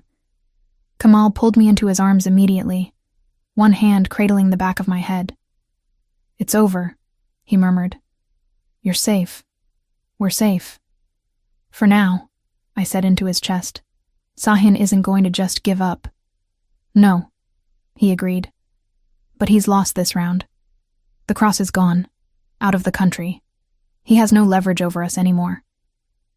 I pulled back to look at him. "Are you sure?" Because it felt like he was just getting started. Kamal's expression was grim, which is why I'm going to make sure he understands that targeting you comes with consequences he can't afford. I have resources too, Aisa. Connections and influence. I've been playing nice, trying to stay on the legal side of things. But if Sahin wants a real war, I'll give him one. The cold determination in his voice reminded me that Kamal Yilmaz was more than just a gallery owner, more than just my employer turned lover.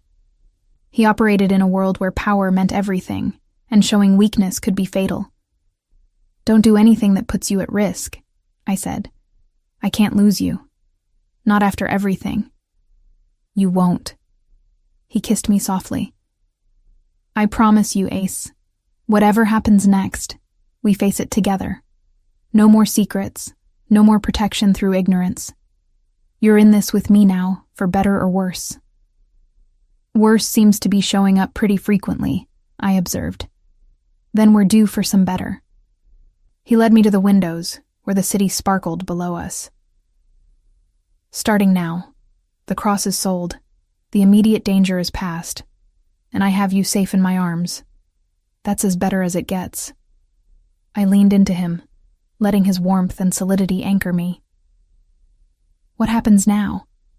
Do I go back to my apartment? Back to the gallery like nothing happened? Do you want to? I considered the question seriously. My tiny apartment felt like a lifetime ago, a different person's life. The gallery would never be the same now that everyone would know about our relationship. And the thought of leaving this space, of not waking up beside Kamal, made my chest tight with something like grief. No, I admitted. I don't want to go back. Then don't. His arms tightened around me. Stay here, with me. Let's see what better looks like when we're not running from danger or hiding from our feelings. It should have felt too fast, too much. We'd only been together romantically for a little over a week. But in truth, we'd been building toward this for 3 years, and the intensity of what we'd just survived had burned away any pretense of taking things slow. Okay, I said, but I want my own closet space. Your clothes are taking up way too much room. He laughed, the sound genuine and relieved. Reasonable demand. Anything else? I want to redecorate the guest room, turn it into an office. If I'm going to keep working for you, I need a proper workspace. Granted, though I should mention that I'm planning to make you a partner in the gallery. 50-50 split on all future acquisitions and sales. He said it casually, as if offering to share a multi-million-dollar business was a minor detail. I turned to stare at him. Kamal, you can't just... I can, and I am. You've earned it, Ice. 3 years of dedication, of building the gallery's reputation through your authentication work, of managing acquisitions that have tripled our annual profits. You deserve to be a partner in every sense. His eyes were serious. Besides, it'll make the power dynamic less problematic. Hard to argue you're being coerced when you own half the business. That's very pragmatic. I'm a pragmatic man, but his smile was warm. Say yes, Ice. Be my partner in everything. Business, life, whatever comes next. Yes, I said, the word coming easily despite the magnitude of what I was agreeing to. To all of it. We sealed the agreement with a kiss that turned heated, urgent, life-affirming after the day's brush with danger. When we finally broke apart, both breathing hard, Kamal rested his forehead against mine. Merry early Christmas, he murmured. Though I think we've had enough excitement for one holiday season.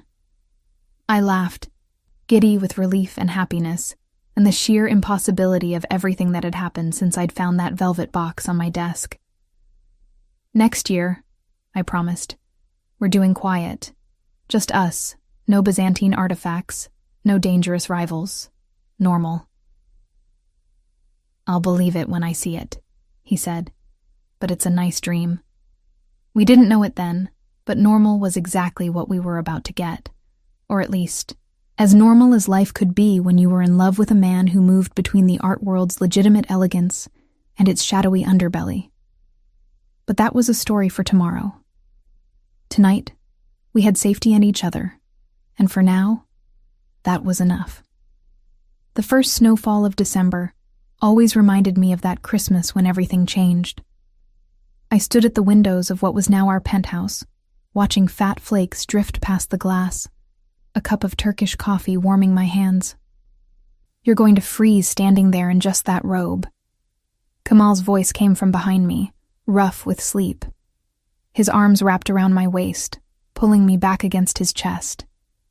Come back to bed. It's barely 6. Couldn't sleep.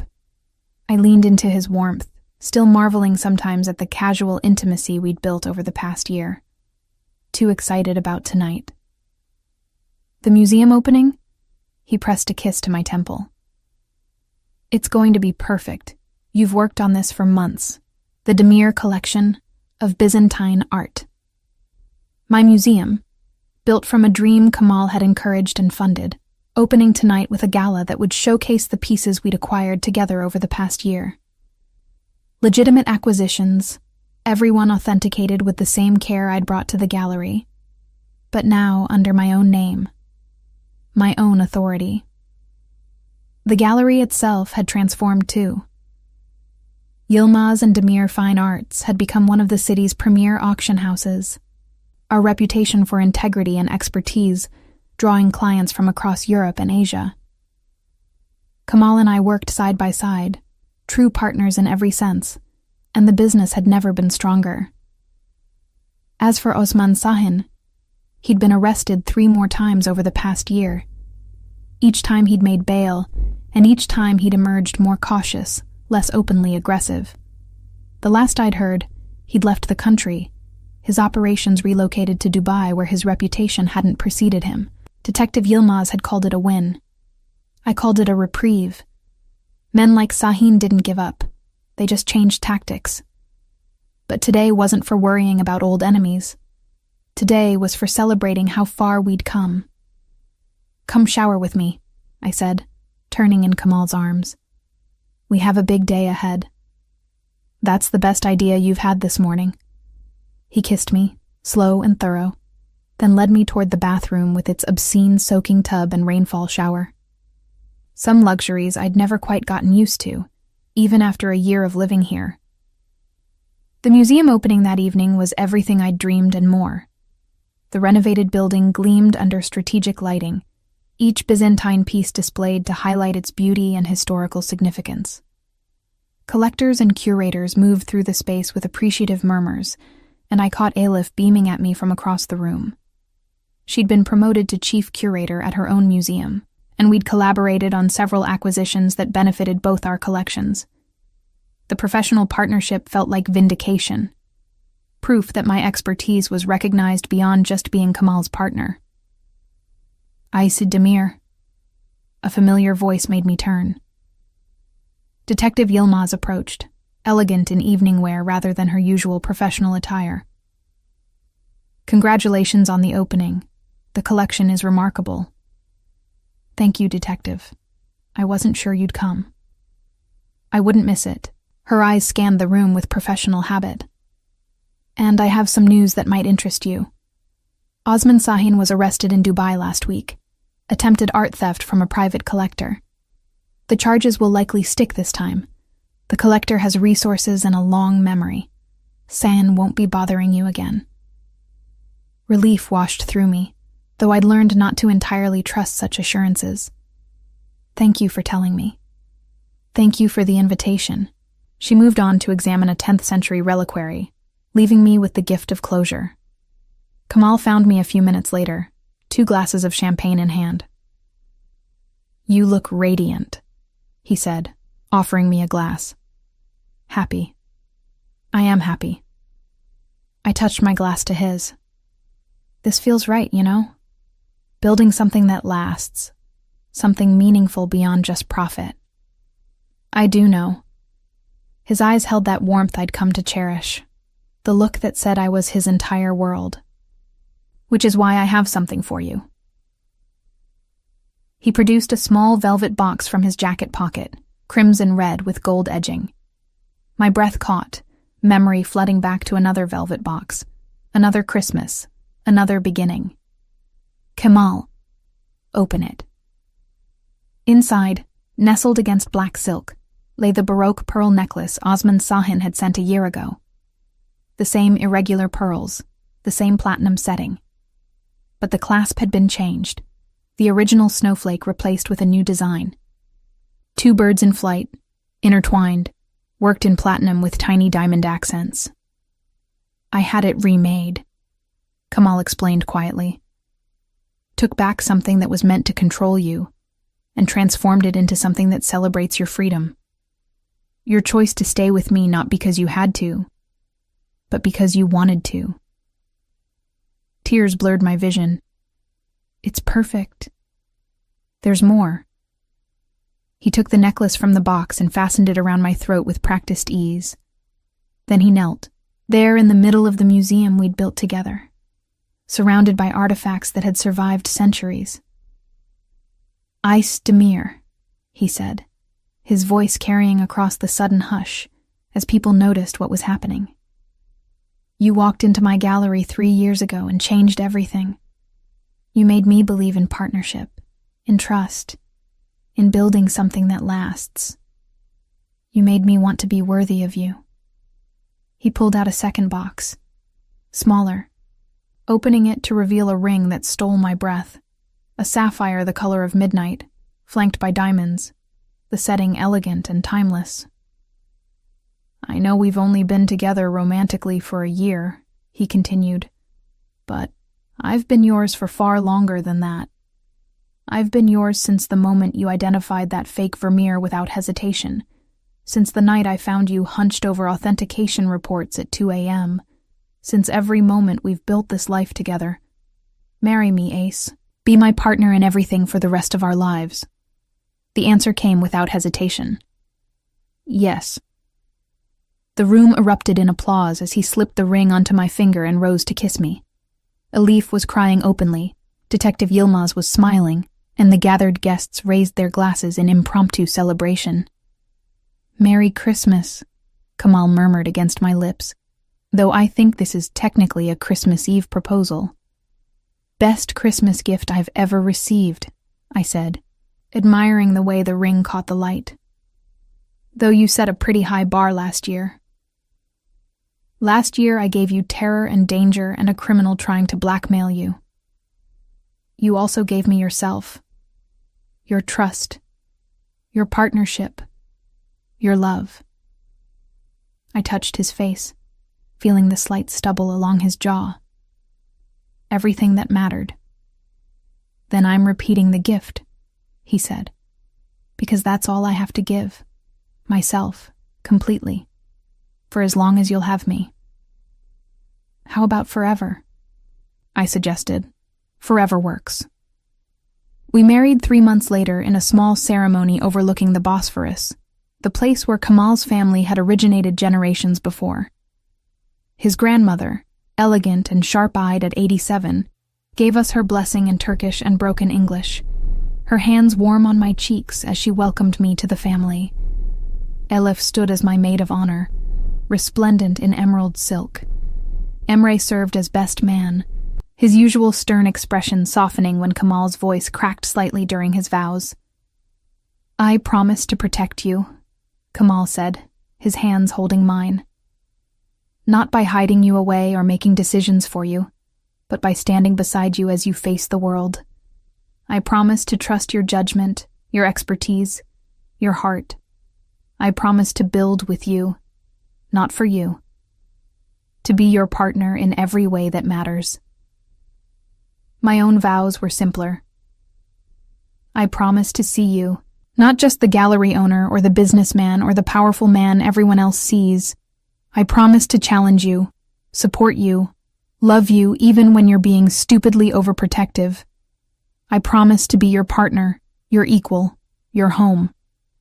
The reception lasted until dawn, Turkish and Western traditions blending seamlessly.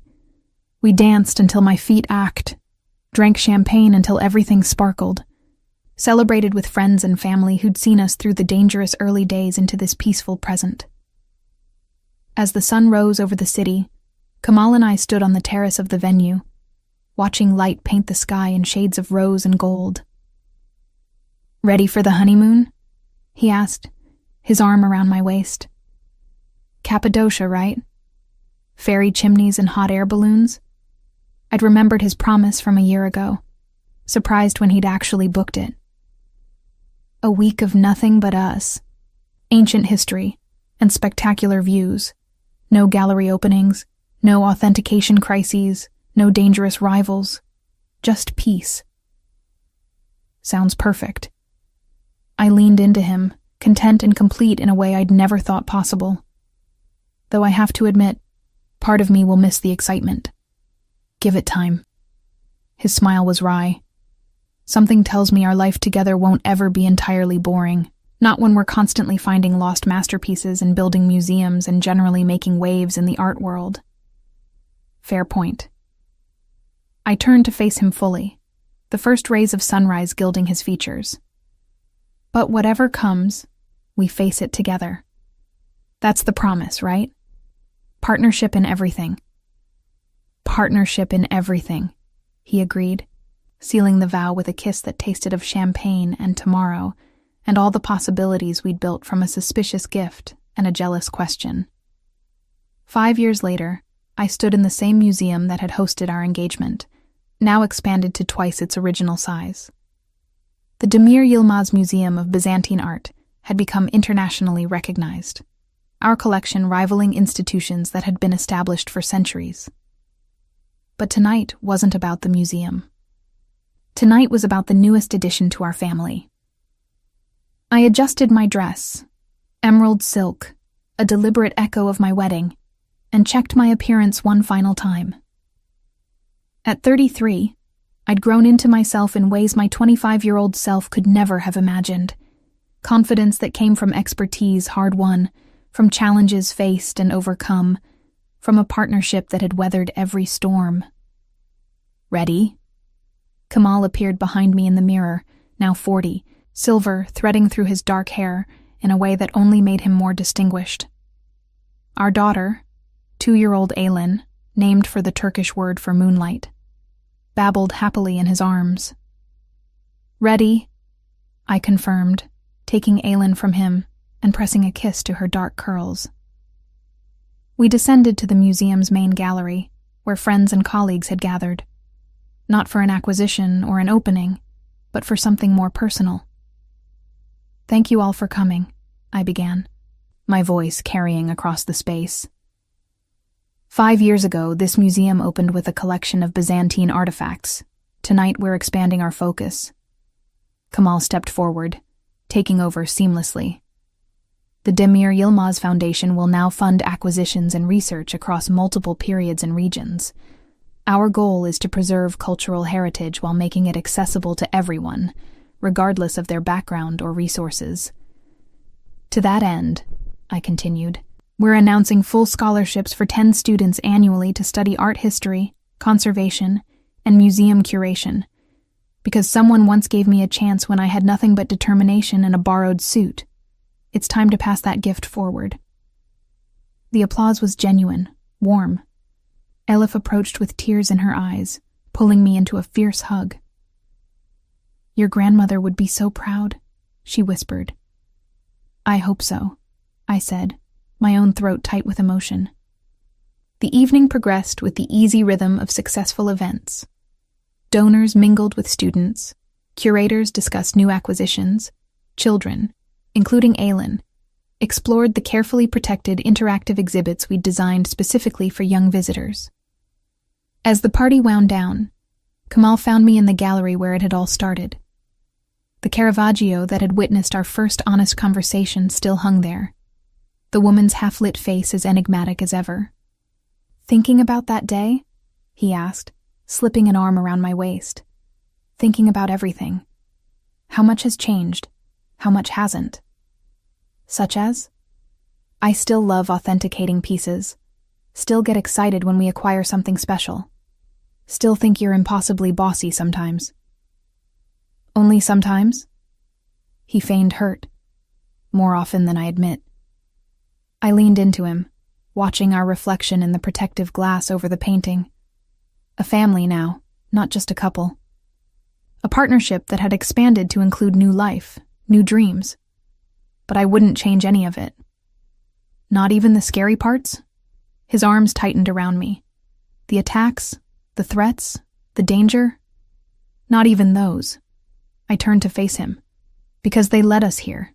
To this life we've built. To Aylin. To the foundation and the museum and all of it. We took something dark and terrifying and transformed it into something beautiful. We did, didn't we? He kissed me softly, though I maintain that you did most of the transforming. I was just lucky enough to be along for the ride. Liar. But I smiled. We both know I'm the lucky one. How about we both got lucky? Deal. Aylin's babbling drew our attention. She'd escaped from Alep's supervision and was toddling toward us with the determined gait of a 2-year-old on a mission. Kamal scooped her up, and she immediately reached for the pearls at my throat. The Baroque strand I wore almost every day now, transformed from threat to treasure. "Mama pretty," she declared with the absolute certainty of a toddler. "Mama is pretty," Kamal agreed. "And smart and brave and everything we could ever want." "Don't forget stubborn," I added. "That's why we love you." He shifted Aylin to one arm, his other coming around my shoulders. Stubborn enough to refuse a bribe, to stand up to danger, to demand partnership instead of protection. Stubborn enough to believe we could build something extraordinary together. As I looked around the museum, at the artifacts we'd preserved, the students we'd funded, the family we'd created, I had to admit he was right. We had built something extraordinary. From a Christmas gift that was meant to control, from jealousy that revealed truth, from danger that forged partnership. "Merry Christmas," I said, even though it was July. Because every day with Kamal and Aylin felt like the gift I'd never known to ask for. "Merry Christmas, my eyes," he replied, understanding perfectly. "Every day with you is Christmas morning." We stood there, the three of us, surrounded by centuries of art that had survived wars and time and human carelessness. And I thought about survival, about transformation, about how the best things in life often come from the most unexpected places. A velvet box on a desk, a jealous question, a Byzantine cross worth fighting for, all of it leading to this: a family, a partnership, a love that had weathered every test and emerged stronger. In the end, Osman Sahin had given me the greatest gift of all, though he'd never intended to. He'd revealed what Kamal and I meant to each other, forced us to acknowledge feelings we'd been hiding, created a crisis that showed us exactly what we were willing to fight for. And we'd fought. Not with weapons or violence, but with intelligence and partnership and stubborn refusal to let anyone else write our story. We'd won. Not just the battle for a Byzantine cross, but the war for our future. Together. And that, I thought, as Aylin yawned and nestled against Kamal's shoulder, that was the best Christmas gift of all. Love doesn't always arrive wrapped in perfection. Sometimes it comes as a mysterious gift, a jealous question, and a journey through danger that reveals what truly matters. Icy and Kamal discovered that real partnership isn't about protection, but about standing together through every storm. If this story touched your heart, click like and tell me, have you ever received an unexpected gift that changed your life in ways you never imagined?